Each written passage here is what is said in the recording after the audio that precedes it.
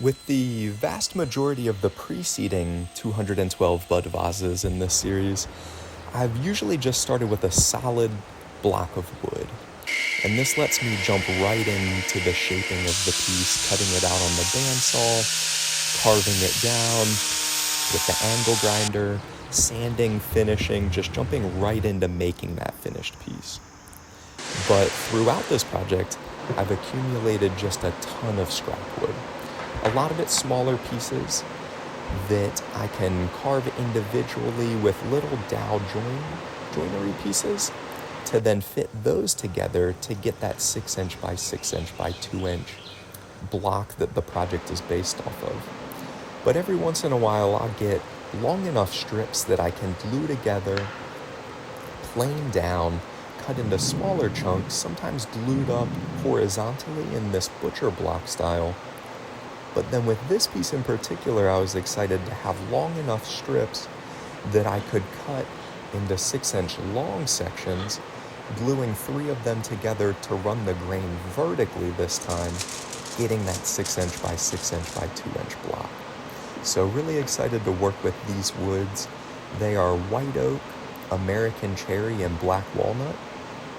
The white oak and the cherry coming from strips that were cut off of boards that I had purchased for this Bud Vase series, boards that were a little bit wider than that 6" that I needed.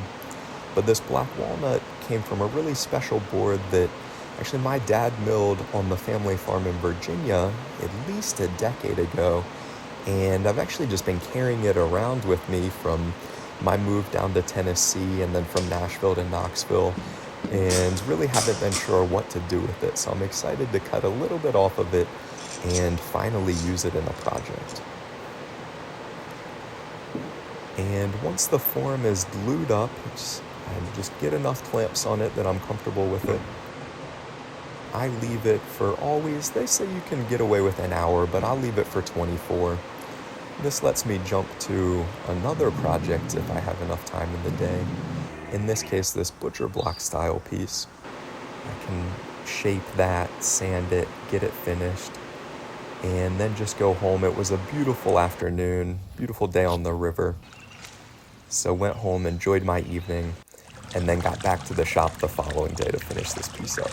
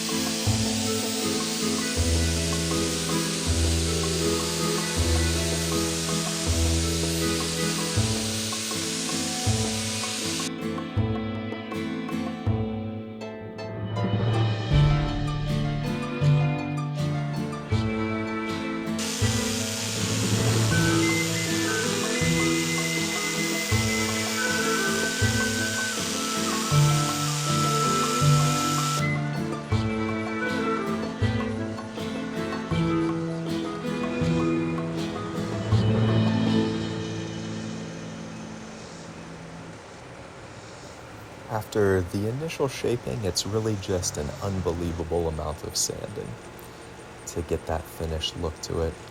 And I actually went with hand gouge texture in that piercing. I think it provides just a really nice contrast of textures. And last but certainly not least, one of my favorite parts of any good bud vase project is finding some nice plants to put in it. So if you like this video, let me know, throw a comment, throw a follow to the channel. I hope to be much more consistent moving forward in putting together these project videos and sharing this bud vase experience.